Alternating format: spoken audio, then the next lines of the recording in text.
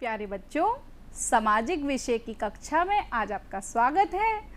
बच्चों, आज हम भूगोल विषय की आपकी पाठ्य पुस्तक पृथ्वी और हमारा जीवन का पाठ 6 पृथ्वी के परिमंडल का दूसरा भाग पढ़ेंगे, जिसमें हम जलमंडल, वायुमंडल और जैव मंडल के बारे में विस्तार से अध्ययन करेंगे। तो चलिए हम पहले देख लेते हैं कि हमने पिछले भाग में क्या जाना था। बच्चों, हमने पिछले भाग में पृथ्वी के 4 परिमंडलों के बारे में जाना कि हमारी पृथ्वी के 4 परिमंडल हैं। कौन कौन से? स्थल मंडल, जलमंडल, वायुमंडल और जैव मंडल। फिर हमने स्थल मंडल के बारे में जाना।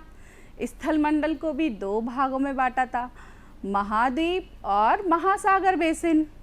तो हमारी पृथ्वी पर 7 महाद्वीप हैं, जिनके नाम और उनका क्षेत्रफल का क्रम हमने जाना।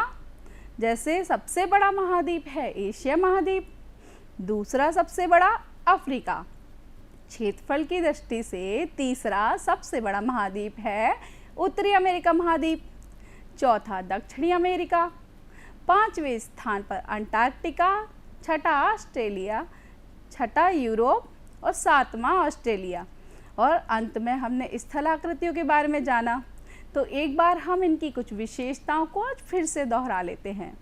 तो बच्चों, एशिया महाद्वीप विश्व का सबसे बड़ा महाद्वीप है और यह 1/3 क्षेत्रफल में है। यहाँ 60% जनसंख्या निवास करती है।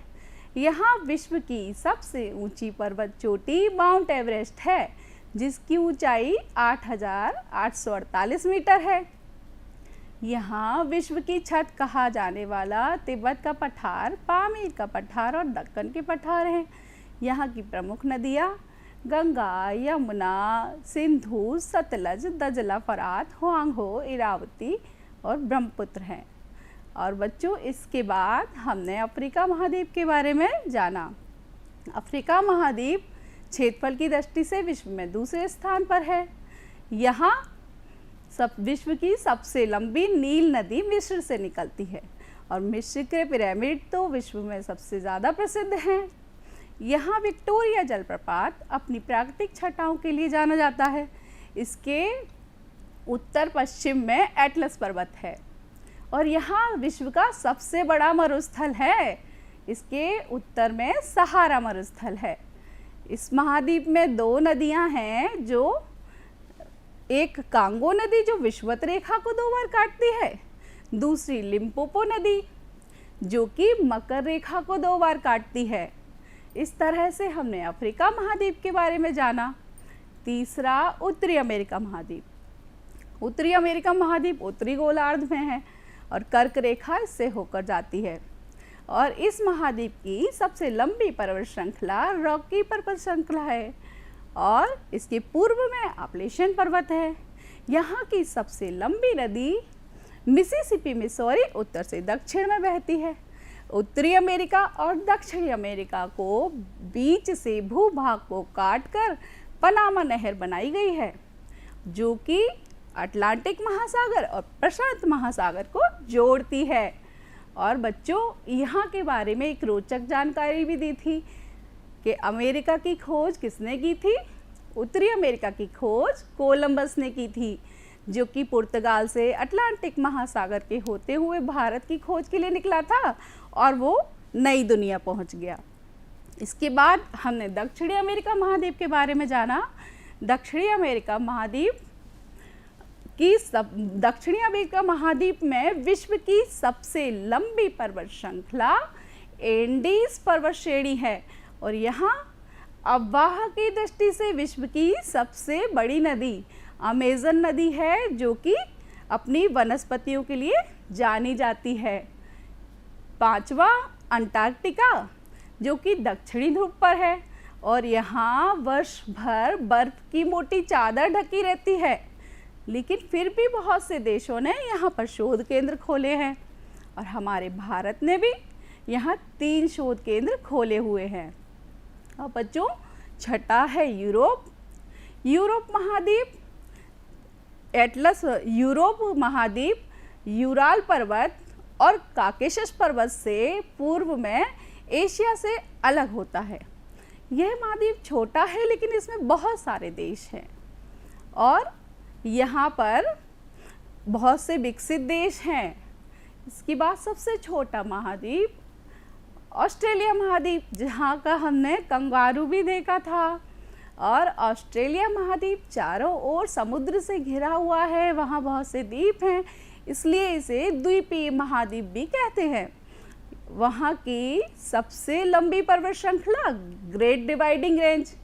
और सबसे खास बात, ऑस्ट्रेलिया महाद्वीप के पूर्व में प्रशांत महासागर में विश्व की सबसे लंबी पर्वत प्रवाल भित्ति की दीवार ग्रेट बैरियर रीफ है।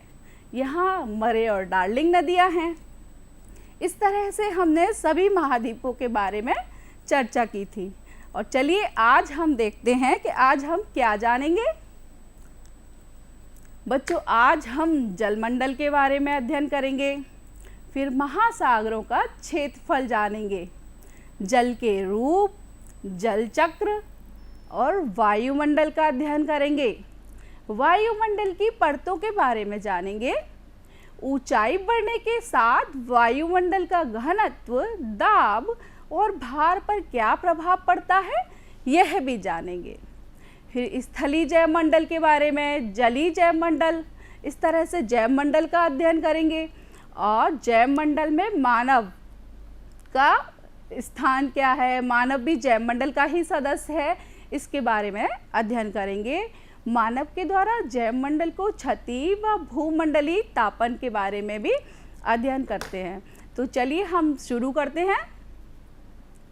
बच्चों, आपने विश्व का नक्शा तो देखा ही था, तो यह मानचित्र जो आपको दिख रहा है, इस मानचित्र में जो नीले भाग दिखाई दे रहे हैं वो सभी महासागर हैं।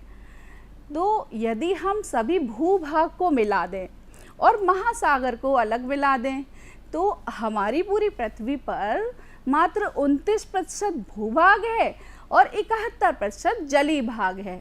तो जो भूभाग है वो लगभग 1/4 है और जलीय भाग 3/4 है, जैसा कि आप देख सकते हैं।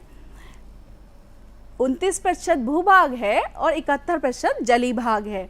अब आप इस मानचित्र में देखिए, यहाँ पर सभी महासागर देखे जा रहे हैं। तो यहाँ पूर्व दिशा में प्रशांत महासागर है जो हमारी पृथ्वी गोल है, पीछे से होते हुए पश्चिम तक प्रशांत महासागर, बीच में एस आकृति का अटलांटिक महासागर, उत्तरी ध्रुव पर आर्कटिक महासागर, इसे उत्तरी ध्रुव महासागर भी कहते हैं, और दक्षिणी ध्रुव पर दक्षिणी महासागर है। और एशिया महाद्वीप के नीचे हमारा भारत के भी नीचे हिंद महासागर है, जिसका नाम हमारे भारत के नाम पर पड़ा। तो चलिए एक बार इनका क्षेत्रफल देख लेते हैं। तो बच्चों, प्रशांत महासागर, इसका क्षेत्रफल करोड़ वर्ग किलोमीटर में 16.5 है, अटलांटिक का 8.2, हिंद महासागर का 7.3 और आर्कटिक महासागर का 1.4 और दक्षिणी महासागर जो कि सबसे छोटा महासागर है, इसका 0.2 है। तो इस प्रकार सबसे बड़ा महासागर कौन सा हुआ? सबसे बड़ा महासागर प्रशांत महासागर और सबसे छोटा दक्षिणी महासागर, और दूसरा सबसे बड़ा अटलांटिक महासागर। बच्चों, आपने समुद्र तो देखा ही होगा। तो समुद्र में जल हमेशा गतिशील रहता है। आपने ऊंची ऊंची लहरें उठती हुई देखी हैं, और जो लहरें यदि ऊपर की तरफ जाती हैं तो उसे ज्वार और नीचे आती है तो भाटा कहते हैं। तो इन लहरों में ज्वार, भाटा और धाराएं चलती रहती हैं। और समुद्र का जल बहुत खारी होता है, सभी महासागरों का जल खारी है और समुद्र के जल को शून्य माना जाता है।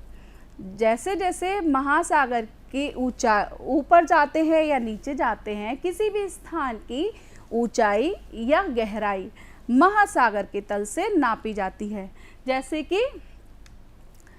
कि महासागर है, ये इसको 0 तन मान लिया, तो ऊपर यदि हम पर्वत की ऊंचाई नापेंगे तो यहीं से नापी जाएगी और सागर की गहराई भी इसी तल से नापी जाएगी।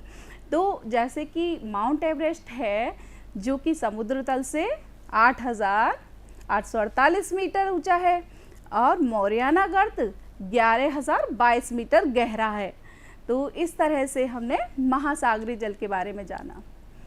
अब बच्चों, हमारी पृथ्वी पर जल बहुत अधिक है, इसलिए इसे नीला ग्रह कहते हैं। तो जल में हमारे जल के 3 रूप होते हैं। जल तीनों रूपों में पाया जाता है। जब वह 0 डिग्री टेम्परेचर पे ठंडा कर लिया जाता है तो ठोस अवस्था में आ जाता है, जैसे कि बर्फ़ बन जाती है। आपने बर्फ़ का गोला तो खाया ही होगा। फिर सामान्य रूप में वह द्रव अवस्था में रहता है जो जल है, और वाष्प के रूप में बन जाता है तो वह उसकी गैस अवस्था है। आपने कभी पानी को उबलते हुए देखा है तो उसमें से कुछ भाप निकलती है, वह वाष्प होती है। अच्छा बच्चों, एक और विशेष बात, हमारी पृथ्वी पर जितना भी जल है उसका 97.2% महासागरों में है और उसका बचा 2.8 में से मात्र 0.03% जल ही पीने योग्य अलवणीय जल है और अन्य हिम चादरों तथा भूगर्भ में संचित जल है। तो इस तरह से हमारे पीने के लिए बहुत कम जल है जो कि मीठा है। अब बच्चों, हम जल चक्र के बारे में अध्ययन करेंगे। तो जल चक्र क्या है बच्चों? जल की 3 अवस्थाएं हैं, 3 रूप हैं। हमने जाना ठोस, द्रव और गैस। तो जब जल तीनों रूपों में आपस में परिवर्तन करता है तो वह जल चक्र कहलाता है, जो निम्न तरह से संपन्न होता है। तो बच्चों देखिए, जल है और आप इस चित्र में देख रहे हैं ये समुद्र का जल है, और जब यह वाष्पीकृत हो जाता है तो वाष्पीकरण कहते हैं और वाष्प के रूप में बदल जाता है। तो इसमें द्रव अवस्था से गैस अवस्था में आ जाता है जल, और वाष्प वायुमंडल में धूल और धुएं के कणों पर ठंडी होकर संघनित हो जाती है, जिससे वो पुनः द्रव अवस्था में आ जाती है। इसमें वाष्प जो है गैस अवस्था से द्रव अवस्था में आती है और बादल, कोहरा और ओस बनाती है। जब इसमें जल बढ़ता जाता है तो वो भारी हो जाते हैं और भारी होकर वो वर्षण करने लगते हैं, जिससे वर्षा, फुहार, ओला और हिमपात होता है। तो आप जानते ही हैं, जब पानी बरसता है तो उसे वर्षा कहते हैं, और जब हल्का सा कम पानी होता है तो फुहार कहते हैं, और जब पानी के साथ बर्फ़ आती है, बर्फ़ के ओले आते हैं या हिमपात होता है। तो इस तरह से बच्चों जल का वाष्पीकरण, संघनन और वर्षण की प्रक्रिया लगातार चलती रहती है और जल चक्र सदैव चलता रहता है। अब वायुमंडल बच्चों, पृथ्वी के चारों ओर एक आवरण है जिसमें बहुत सारी गैसें हैं, जैसे nitrogen, oxygen, carbon dioxide, argon इत्यादि। और यह सारी गैसें हमारी पृथ्वी को चारों ओर से घेरे हुए हैं। यह गैसीय आवरण जो पृथ्वी के साथ साथ बराबर घूमता रहता है, क्योंकि बच्चों आप जानते हैं ना, हमारी पृथ्वी अपनी धुरी पर घूमती है और सूर्य के चारों ओर भी परिक्रमा लगाती है। तो यह जो गैसीय आवरण है यह भी पृथ्वी के साथ साथ घूर्णन करता है, इसे हम वायुमंडल कहते हैं। तो चलिए जानते हैं वायुमंडल में कौन सी गैस कितनी मात्रा में है। जैसे नाइट्रोजन 78% है, ऑक्सीजन 21% है, और अन्य सभी गैसें कार्बन डाइऑक्साइड, आर्गन आदि 1% हैं। तो बच्चों सबसे ज़्यादा कौन सी गैस है?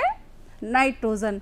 और क्या आप जानते हैं हमारे शरीर में प्रोटीन भी हमें नाइट्रोजन से ही मिलता है। और बच्चों वायुमंडल में 97% भाग वायुमंडल का धरातल के निकट रहता है, और जैसे जैसे ऊंचाई बढ़ती है तो वह विरल होता जाता है। विरल का मतलब वायुमंडल कम होता जाता है, और बहुत ऊंचाई पर जब बाहर वायुमंडल का पहुंच जाता है सबसे ज़्यादा ऊंचाई पर, तो बाह्य अंतरिक्ष में और वायुमंडल में कोई अंतर स्पष्ट सीमा नहीं रह जाती है। अब वायुमंडल की परतों के बारे में जानते हैं। वायुमंडल को उसके गैसीय घटकों, तापमान और अन्य विशेषताओं के आधार पर विभिन्न परतों में बांटा गया है। जैसे कि पृथ्वी की सतह से प्रारंभ करने पर ये परतें निम्न प्रकार से हैं। देखिए बच्चों, पृथ्वी है ये, और सबसे पहली परत है क्षोभमंडल, दूसरी समतापमंडल है। यहाँ पर बच्चों ओजोन लेयर पाई जाती है, जो कि सूर्य से परावैंगनी किरणों को आने से बचाती है। इसके बाद मध्य में मध्यमंडल है, आयन मंडल और बहिर्मंडल। इस तरह से वायुमंडल की 5 परतें हैं। पृथ्वी के पास क्षोभमंडल, फिर समतापमंडल, मध्यमंडल, आयन मंडल और बहिर्मंडल। अब बच्चों, ऊंचाई बढ़ने के साथ साथ वायुमंडल का घनत्व, दाब व भार पर क्या प्रभाव पड़ता है, इसके बारे में चर्चा करते हैं। तो सबसे पहले बच्चों, घनत्व क्या होता है? इकाई आयतन में विद्यमान द्रव्यमान उस वस्तु का घनत्व कहलाता है। इसको हम इस तरह से समझ सकते हैं। बच्चों, हमने 2 प्लेट ली, एक प्लेट में 10 कंचे लिए, दूसरी में हमने 30 कंचे लिए। तो सोचिए किस प्लेट में ज़्यादा कंचे हैं? दूसरी में। तो बच्चों, एक प्लेट में हमने 10 कंचों का द्रव्यमान 10 मान लिया और दूसरी में 30, तो दूसरी प्लेट का घनत्व ज़्यादा होगा। इसी तरह से वायुमंडल का घनत्व उसी हिसाब से होता है। समुद्र पे वायुमंडल का घनत्व सबसे ज़्यादा होता है। तो जहाँ घनत्व ज़्यादा होगा तो उसका भार भी ज़्यादा होगा। और जैसे जैसे हम ऊंचाई पर बढ़ते जाते हैं तो घनत्व घटता जाता है, और घनत्व घटेगा तो भार भी कम हो जाएगा। और ऊंचाई पर बच्चों तापमान भी कम होता है, इसीलिए तो पहाड़ों पर बर्फ़ जमी रहती है और दाब भी कम हो जाता है। इसलिए पर्वतारोही अपने साथ श्वसन के लिए ऑक्सीजन का सिलेंडर लेके जाते हैं।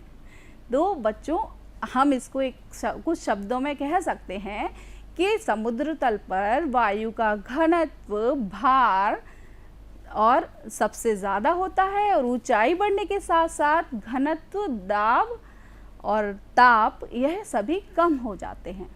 अब हम आगे बढ़ते हैं। ये देखिए बच्चों, ये क्या दिख रहे हैं? अरे देखिए, कौवा भी उड़कर आ गया और चूहा बिल्ली को देखकर भाग गया। मिट्ठू भी है। बच्चों, यह है हमारा जैवमंडल। आपने बहुत से पशु पक्षी, जंगली जानवर और बहुत से पेड़ पौधे, झाड़ियाँ, यह सब देखे ही होंगे, और यह जैवमंडल के अंतर्गत आते हैं। जैवमंडल तीनों मंडलों से अंतःक्रिया करता है। वो कैसे? जैसे कि सभी जीवों को सांस लेने के लिए कौन सी गैस की ज़रूरत होती है? ऑक्सीजन की। तो हम लोग वायुमंडल पर निर्भर हैं। उसके बाद हाँ, पीने के लिए जल की आवश्यकता होती है, क्योंकि जल ही जीवन है। और रहते कहाँ पर हैं? भूमि पर। तो जैवमंडल तीनों मंडलों के साथ अंतःक्रिया करता है। अब जैवमंडल देखिए, इस चित्र में आप जलमंडल भी देख रहे हैं, वायुमंडल भी, भूमि मंडल भी और जैवमंडल भी। तो पृथ्वी के धरातल पर एक सीमित क्षेत्र ऐसा है जहाँ तीनों मंडल, स्थल मंडल, जलमंडल और वायुमंडल एक दूसरे के संपर्क में आते हैं। इनकी पारस्परिक अंतःक्रिया के कारण जीवन की अनुकूल परिस्थितियाँ पाई जाती हैं। यहाँ विभिन्न प्रकार के जीव जंतु, पेड़ पौधे पाए जाते हैं। यह क्षेत्र धरातल के ऊपर तथा नीचे जल और वायु में फैला हुआ है। इस सीमित क्षेत्र को हम जैवमंडल कहते हैं, क्योंकि जीव जल में भी होते हैं और वायु में भी होते हैं। अब स्थलीय जैवमंडल के बारे में जानते हैं। बच्चों देखिए, यह एक पेड़ है, तो इसी तरह से सभी वनस्पतियाँ सूर्य के प्रकाश में अपना भोजन बनाती हैं, और उनको कुछ ऐसे जीव होते हैं जो पेड़ पौधों पर निर्भर होते हैं, जो अपना भोजन इन वनस्पतियों से लेते हैं। उन्हें हम शाकाहारी जीव कहते हैं। और इसी तरह से जो जीव इन शाकाहारी जीवों का भक्षण करते हैं उन्हें मांसाहारी जीव कहते हैं। तो शाकाहारी जीव जैसे बकरी, खरगोश और मांसाहारी जीव शेर और भेड़िया इत्यादि। तो यह सभी जीव जो स्थल पर रहते हैं और एक दूसरे से अपना भोजन लेते हैं, यह स्थलीय जैवमंडल कहलाता है। और उसी तरह से जलीय जैवमंडल होता है। महासागर, नदी और झील के जल में भी घास और शैवाल मिलते हैं। इन जलाशयों में अनेक प्रकार की मछलियां हैं, जैसे घास को खाने के लिए छोटी छोटी मछलियां होती हैं और इन छोटी मछलियों को बड़ी मछलियां खाती हैं। तो इस तरह से ये भी एक दूसरे पर निर्भर हैं और यह जैवमंडल बनाते हैं। इसको हम महासागरीय अथवा जलीय जैवमंडल कहते हैं। अब जैवमंडल में मानव, तो बच्चों मानव भी जैवमंडल का ही सदस्य है। यह स्थलीय एवं जलीय जैवमंडल से अपना भोजन ग्रहण करता है। तो मानव भी दो तरह से होता है, एक शाकाहारी मानव और एक मांसाहारी मानव।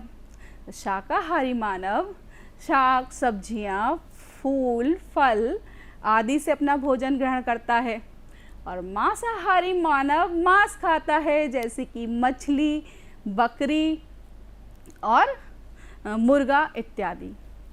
लेकिन मानव जैवमंडल को क्षति भी पहुंचा रहा है। वो कैसे? कि वनस्पतियों को काट रहा है। आप जानते हैं लकड़ी का प्रयोग हम लोग अपने घरों में करते हैं और विभिन्न प्रकार के फर्नीचर बनाते हैं। तो इसके लिए अपने जंगलों को मानव काटता जा रहा है, जीवों का शिकार कर रहा है और मानव गंदगी, मलबा, कचरा जल में विसर्जित कर रहा है, जिससे जल प्रदूषण हो रहा है। इसे हम जल प्रदूषण कहते हैं। और बच्चों विभिन्न मानवीय गतिविधियों द्वारा वायुमंडल को भी प्रभावित कर रहा है। बच्चों मानव बहुत सारे वाहन चलाता है, तो उससे जो जहरीली गैसें निकलती हैं, फैक्ट्रियों के धुएं से गैसें निकलती हैं, यह सभी हमारे वायुमंडल को प्रदूषित करती हैं। तो चलिए अब हम भूमंडलीय तापन के बारे में जानते हैं।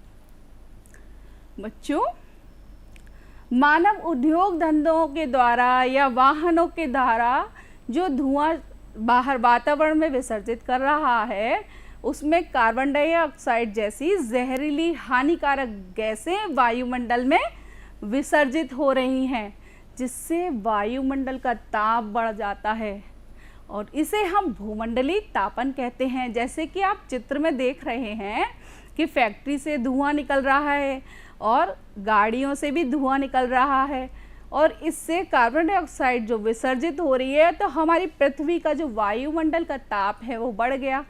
अब आप सोच रहे हो कि वायुमंडल के ताप बढ़ने से क्या होगा? तो बच्चों यदि वायुमंडल का ताप बढ़ जाता है तो हमारे जो पर्वतों पर ग्लेशियर हैं वो पिघलने लग जाते हैं और जब ग्लेशियर पिघलेंगे तो उसका जल कहाँ आएगा? पृथ्वी पर।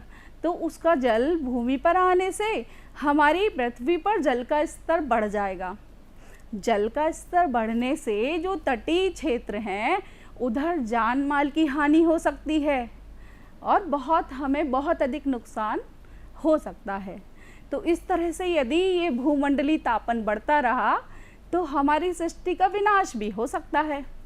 तो इसलिए बच्चों आज हम सभी को यह नियम लेना है कि हम लोग अपने वातावरण को स्वच्छ रखेंगे, अपने घर को स्वच्छ रखेंगे और नदी में गंदगी नहीं बहाएंगे और आवश्यकता होगी तभी हम वाहन प्रयोग करेंगे। नहीं तो यदि वायु प्रदूषण होता है तो हमें दमा, अस्थमा, खांसी जैसी बीमारियां हो जाती हैं और प्रदूषित जल पीने से हमको डायरिया, हैजा, पेचिस और पेट में दर्द और बहुत सारी बीमारियां हो सकती हैं। तो इसीलिए हमको अपने वातावरण को स्वच्छ रखना है, अपने आप को स्वच्छ रखना है और जिससे हम अपने जीवन को खुशहाल बना सकते हैं। तो बच्चों आज हमने क्या जाना इसके बारे में अध्ययन करते हैं। आज हमने जलमंडल के बारे में जाना। जलमंडल में महासागरों का क्षेत्रफल देखा कि महासागर में सबसे बड़ा महासागर प्रशांत महासागर, दूसरा अटलांटिक महासागर, तीसरा हिंद महासागर, चौथा आर्कटिक महासागर, इसे उत्तरी ध्रुव महासागर भी कहते हैं, और पांचवा दक्षिणी ध्रुव, दक्षिणी महासागर। अब बच्चों हमने जल के रूप जाने। जल 3 अवस्थाओं में पाया जाता है, ठोस जैसे कि बर्फ, द्रव, द्रव अवस्था में जल रहता है, और वाष्प जो कि गैस अवस्था है। और फिर हमने वायुमंडल के बारे में अध्ययन किया। वायुमंडल हमारी पृथ्वी के चारों ओर एक आवरण है जो पृथ्वी के साथ साथ घूमता रहता है, जिसमें बहुत सारी गैसें हैं, जैसे कि नाइट्रोजन, ऑक्सीजन, कार्बन डाइऑक्साइड और आर्गन। और नाइट्रोजन गैस सबसे ज़्यादा है 78% और ऑक्सीजन 21% है। और बच्चों वायुमंडल में इन सभी गैसों का निश्चित अनुपात होता है, और यदि यह अपने अनुपात से कम या ज़्यादा हो जाती हैं तो वायु प्रदूषित हो जाती है, जो कि हमारे स्वास्थ्य के लिए हानिकारक है। और फिर ऊंचाई बढ़ने के साथ साथ वायुमंडल का घनत्व, दाब और भार पर क्या प्रभाव पड़ता है, हमने इसका अध्ययन किया था। ऊंचाई बढ़ने के साथ घनत्व और भार बढ़ जाता है, और ताप और दाब भी कम हो जाता है। इसीलिए पर्वतारोही अपने साथ ऑक्सीजन का सिलेंडर लेके जाते हैं। उसके बाद वायु की परतों के बारे में जाना। वायु में 5 परतें हैं, क्षोभ मंडल, समताप मंडल, मध्य मंडल, आयन मंडल और बहिर्मंडल। फिर जैव मंडल के बारे में जाना, जो विभिन्न जीव जंतु, पेड़ पौधे और मनुष्य, ये सभी जैव मंडल में हैं। जैव मंडल में स्थलीय मंडल, जो वनस्पति और जीव जंतु स्थल पर निवास करते हैं और आपस में अपनी आवश्यकताओं के लिए एक दूसरे पर निर्भर होते हैं, उन्हें हम स्थलीय जैव मंडल कहते हैं। और जलीय जैव मंडल, जो जीव जंतु जल में रहते हैं और एक दूसरे पर निर्भर होते हैं, उन्हें जलीय जैव मंडल कहते हैं। फिर जैव मंडल में मानव भी है। मानव 2 तरह से हैं, शाकाहारी और मांसाहारी। शाकाहारी जो पेड़ पौधे, फल, सब्जियां खाते हैं, और मांसाहारी जो मांस खाते हैं, बकरी, मुर्गी, मछली इत्यादि। मानव के द्वारा जैव मंडल को क्षति, इसके बारे में भी हमने विस्तार से अध्ययन किया। और मनुष्य पेड़ पौधों को काटता जा रहा है और वातावरण को विभिन्न कारणों से प्रदूषित कर रहा है, जल में गंदगी बहा रहा है। इसके बाद भूमंडलीय तापन के बारे में जाना, जिससे मनुष्य उद्योग धंधों के द्वारा कार्बन डाइऑक्साइड जैसी जहरीली गैस वातावरण में आ जाती है और भूमि के वायुमंडल का तापमान बढ़ जाता है, जिससे कि भूमंडलीय तापन, इसे ग्लोबल वार्मिंग भी कहते हैं। अब बच्चों अभ्यास कार्य है जो आपको करना है। शाकाहारी जीव किसे कहते हैं, उदाहरण देकर समझाइए।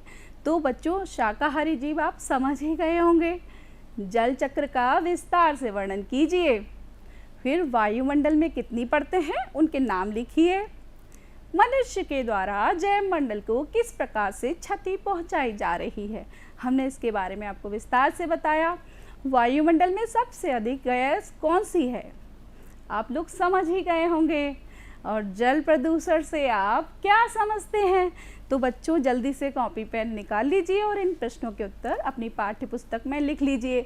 बच्चों अब यह सब पाठ समाप्त होता है। आप लोग अपनी पाठ्य पुस्तक में इसे पुनः पढ़ लीजिए और अच्छे से समझने का प्रयास कीजिए।